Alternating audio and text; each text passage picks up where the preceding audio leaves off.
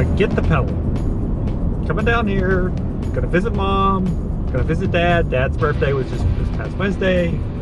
Of course, Mother's Day's today. Figured I'd drive straight there, go straight to Oak Mountain, because we're hooking up for dinner with the family. Figure get a good ride on the Oak Mountain course and prep for the upcoming race. You can see I got all my stuff in the back. Like, here's my bike, right? My bike, all the other stuff. Get to the Oak Mountain State Park, and it's like one comedy of errors after another. I'll talk about the truck here in a second.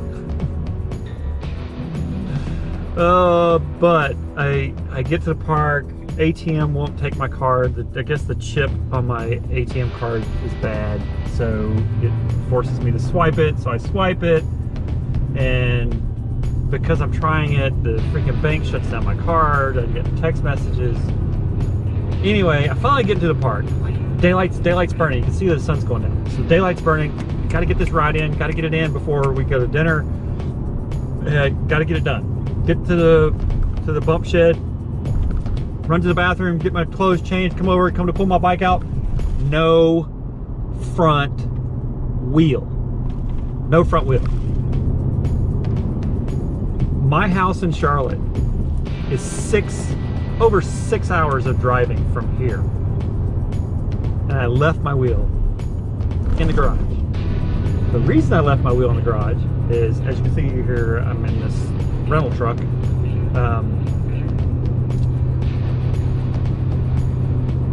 I am sitting in my driveway last night, packing things, getting things ready.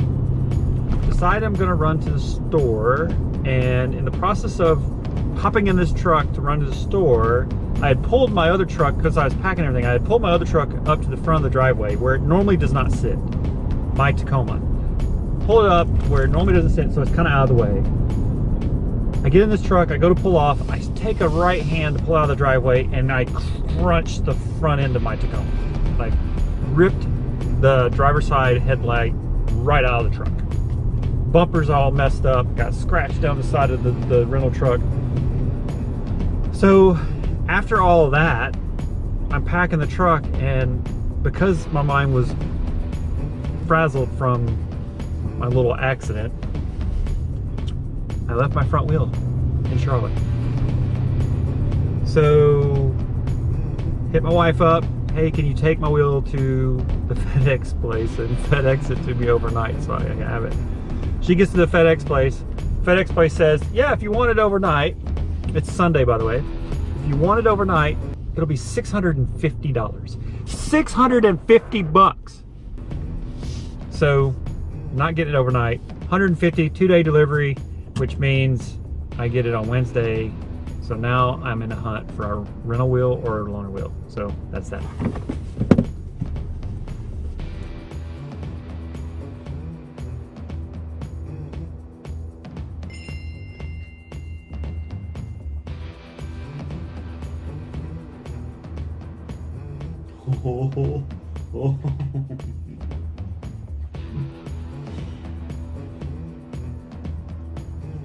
So I think I have wheel.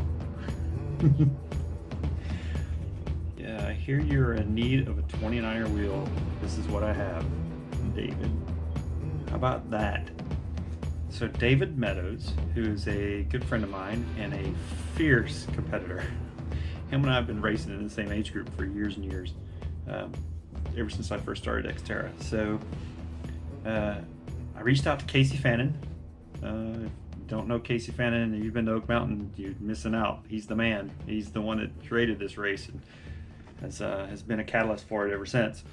So I hit up Casey. I was like, hey, dude, is there anybody that you know of? Or actually, I asked him at first, it's like, hey, do you know if Catawba Cycles, if they rent wheels? And he says, I don't think so, but he says, let me reach out to a couple of buddies. He reached out to David, told David I was looking for a wheel. David texted me and said that he has a 29er wheel. So I'm gonna go pick it up. And that'll get me squared away until my wheel gets here. Awesome, awesome, awesome. All right, so check this out. Finally got in touch with David Meadows, the guy I was mentioning earlier. Hooked up with him, and I have myself a wheel. So I get to ride. I get to ride. So here we go. Get this thing all packed up and get it all installed and get this bike out of the truck, and we're gonna go for a little bit of a pre-ride. Awesome. One problem solved. Not gonna race on this wheel, but we'll see how things pan out.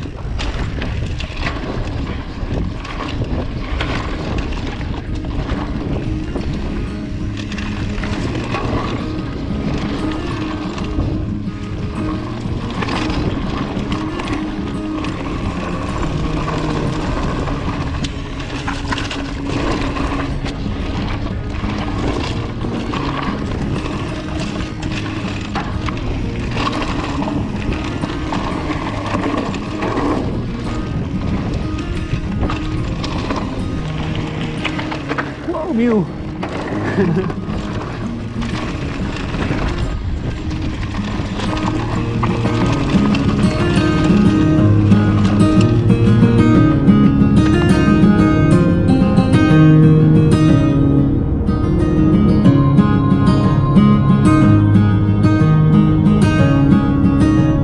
What's up, people?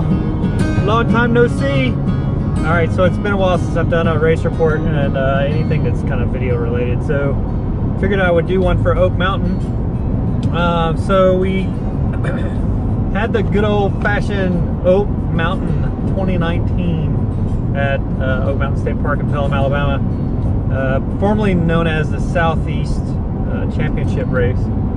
So this is one of the gold level races that XTERRA puts on that has the folks come over from Hawaii and from all over the country to help put on the race. So it's an official put on by XTERRA as opposed to a local race director. And it's a gold level race, so from a US point series, it has a higher weighted value for winning your age group if you're shooting for that. And of course, since it's a gold level race, all the pros come out.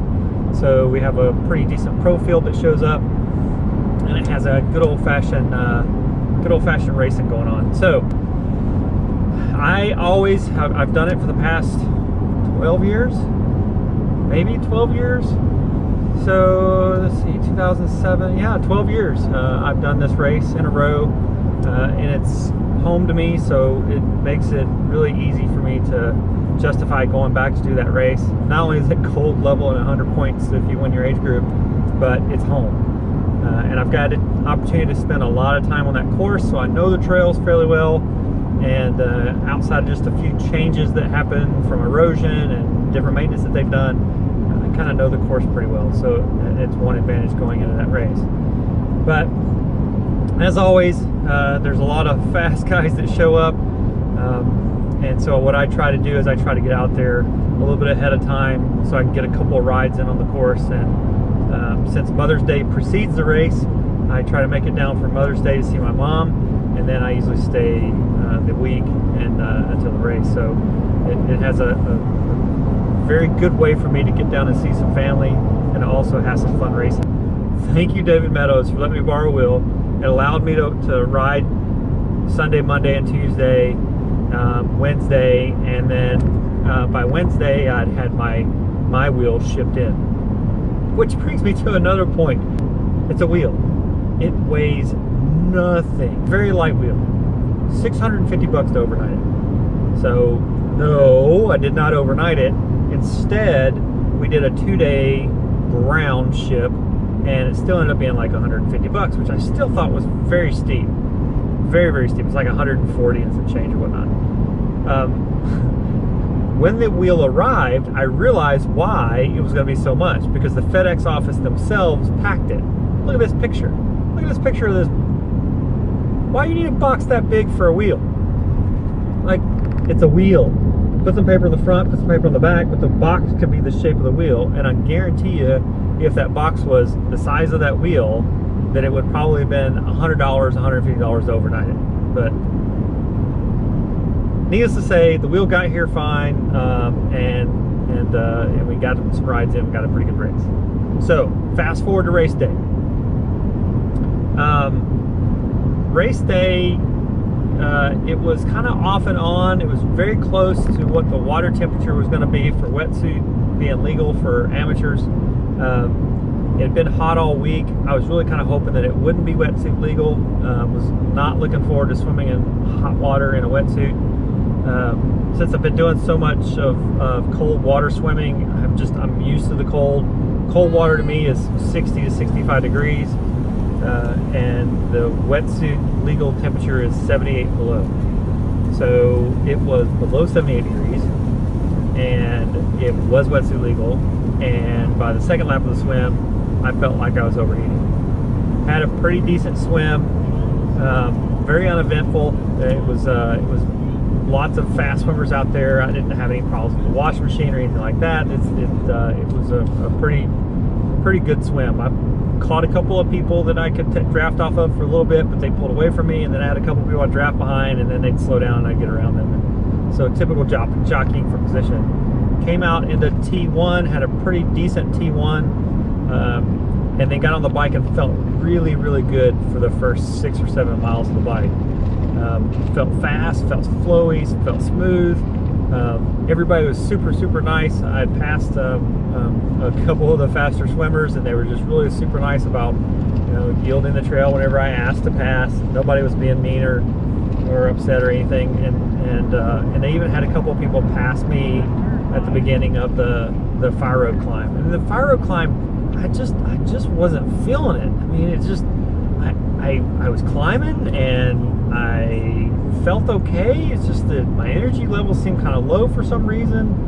And at the top of that climb, Caleb Beatty comes up behind me ringing his bell. Which I'm glad I showed him the bell idea, because we both use them in races, and he used to give me a hard time about it before he got one, and now that he's got one, he loves it, and it works pretty well. So he comes up behind me ringing the bell, and I told him that there was, I think, 5 or 6 guys that were ahead of us. Donnie Forsyth had passed me, and a couple other people had passed me that I knew. And as we topped the climb, he hopped up front, I hopped on his tail, and I held on to his tail on the downhills and the flats, which are pretty easy to hold on those. But once we got into Blood Rock, I had to dab out.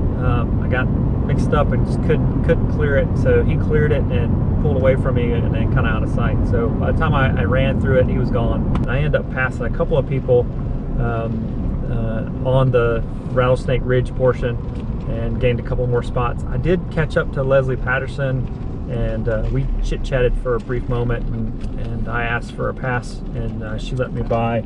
And I know that she wasn't feeling 100% that day, so that's the only reason why I probably caught her. And then got back onto the road and into T2, and I had a pretty good T2, except for I pulled a newbie mistake and forgot to take my helmet off, so I had to, about 5 feet away from the rack, I realized I still had my helmet on, so I ran back to the rack and threw my helmet down. And got onto the run, and the run is a 2-lap 5K course, 5K-ish kind of a course. It's flat, but it's got, for the most part it's flat, but it's got a couple of steep, punchy hills, which is a lot of fun because they're horse trails, and so it makes for a really, really fun technical trail. And again, I passed a couple other people on that trail, and which put me into first. And the 2 people that I was kind of battling out with in my age group was Eric Snowberg, who is a super awesome swimmer and an awesome biker.